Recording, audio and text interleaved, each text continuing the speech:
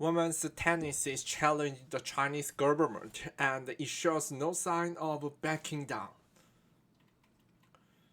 Hong Kong CNN. When tennis star Peng Shuai launched her explosive Me Too accusation against a former Communist Party leader earlier this month, the Chinese government responded to typical fashion by muffling her with blanket censorship. Now, more than 2 weeks on, Beijing is facing a storm of its own making as the global women's tennis community rises up to challenge Chinese authorities for silencing of one of their peers.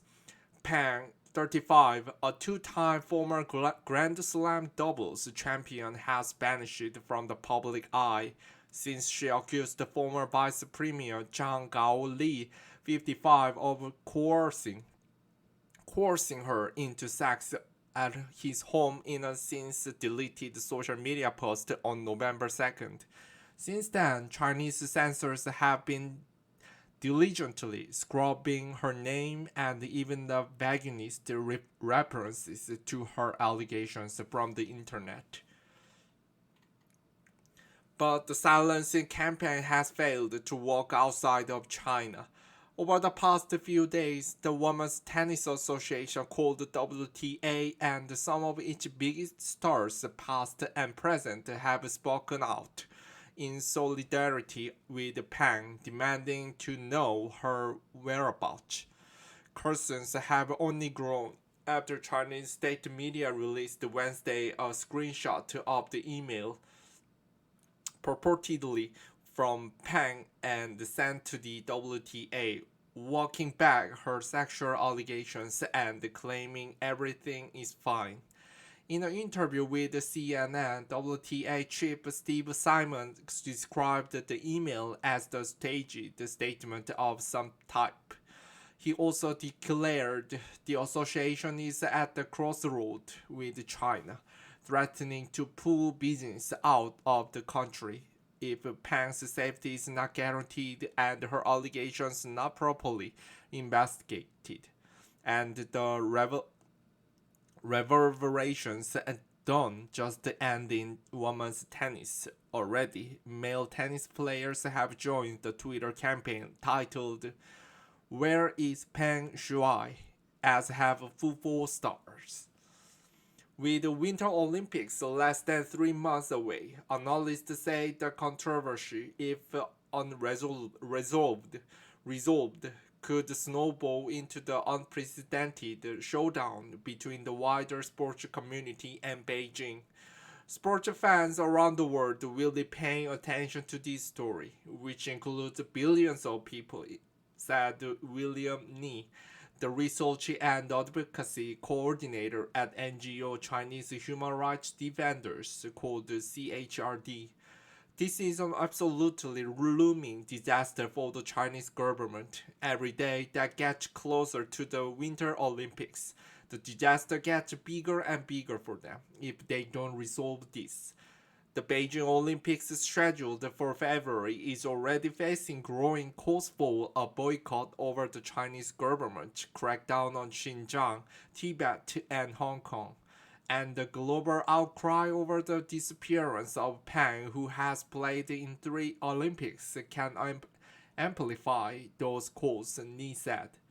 The International Olympic Committee, called IOC, meanwhile said it would not comment on the matter and suggested quiet diplomacy should be approached, Reuters reported. CNN has reached out to the IOC for comment.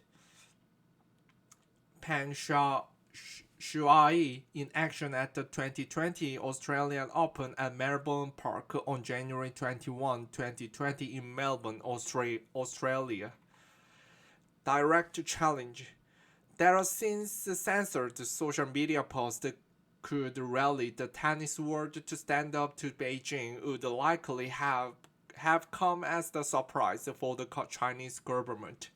In recent years, authorities in Beijing have successfully silenced not only countless domestic voices but also a growing list of Western companies and industries hoping to maintain access to the lucrative Chinese market from Hollywood to the NBA.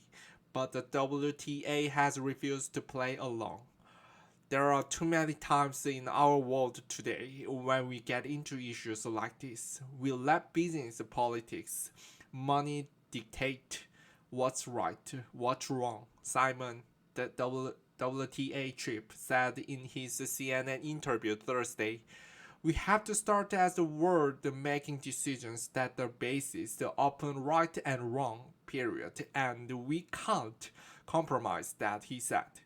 We are definitely willing to pull our business and deal with all the complications that come with it, because this is bigger than the business. By preparing to turn its back on access to the Chinese market, including a 10-year deal to hold its annual finals in the southern Chinese city of Shenzhen, the WTA is posing a direct challenge to Beijing.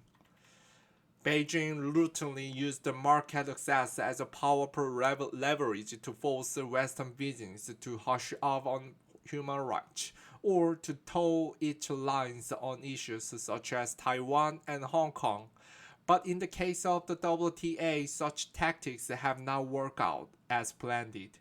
So far, from a business and human rights point of view, the WTA is doing a much better job than almost any companies that have been engaged in controversies in China, and it actually shows one way forward for how to do it, said Niwit the CHRD. Mareike Urbeck, senior fellow at the German Marshall Fund's Asia program, said the bold move the WTA has taken is the right thing to do. It's what frankly more organizations should do. Most of the organizations are very scared of China, fearing China can punish them. I do think it's important that more organizations realized they also have the certain leverage, she said. The nature of Pang's allegations has also set her case apart from previous political controversies involving China's crackdowns in Xinjiang, Tibet, and Hong Kong. In those cases, an incensed Beijing lashed out at Western companies for meddling in China's internal affairs. But the women's rights movement knows no national boundaries. To date, the Chinese government has moved to suppress Me Too advocacy. It has harnessed its authoritarian apparatus to detain, imprison, threaten, and silence Chinese feminists and their supporters. And it has mobilized its propaganda machine to portray feminism as stooge of Western influence designed to undermine China. But now, such tactics may prove counterproductive, as the global Me Too movement helps to bring attention to Pang's case. Orberg said, it's transnational movement that has ties abroad, and therefore you can't just confine it to the single country, and you can't just make people shut up in China, she said. And that's why it's so important that people keep speaking out about these things internationally. Because if you are based in China, the state has so many options to shut you up, she said. The international community has the certain responsibility to show solidarity. Beijing's dilemma. By silencing Pang, Beijing is facing an unusual dilemma. If Pang were to appear on state television, analysts say many will take what she says with a grain of salt, given Chinese state media's long track record of airing posts confessions or other statements made under duress from people in extrajudicial detention. And while in Western democracies it would be easy for the ruling party to deny such accusations or even distance itself from the senior official in China, party leaders are beyond the reproach from members of the general public. And Chang is no ordinary leader. He once served on the Communist Party's seven-member Politburo Standing Committee, the country's supreme leadership body, alongside the Chinese President Xi Jinping. Chinese tennis star Peng Shuai accused the former Communist Party leader of sexual assault, triggering shift censorship across the Chinese internet. The only way for senior leaders to fall from grace is to be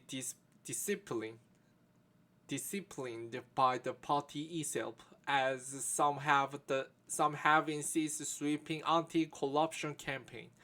To date, the Chinese government has repeatedly refused to comment on Peng's case. Speaking at the news conference Thursday, Chinese Foreign Ministry spokesperson Zhao Lijian said Peng's accusation is not a diplomatic issue and declined to comment further. CNN has reached out to China's State Consular Information Office for comment. The political sensitivities perhaps best demonstrated in a tweet by Hu Shijin, editor-in-chief of the state-run nationalist tabloid The Global Times, who is the only high-profile state media propagandist who has commented on Peng's case in the public, albeit on a platform banned in China. As a person who is familiar with the Chinese system, I don't believe the Peng Shuai has received the retaliation and repression speculated by foreign media for the thing people talk about, he wrote in the early hours of Thursday, seemingly too afraid to even mention the name of the accused or the nature of the allegation.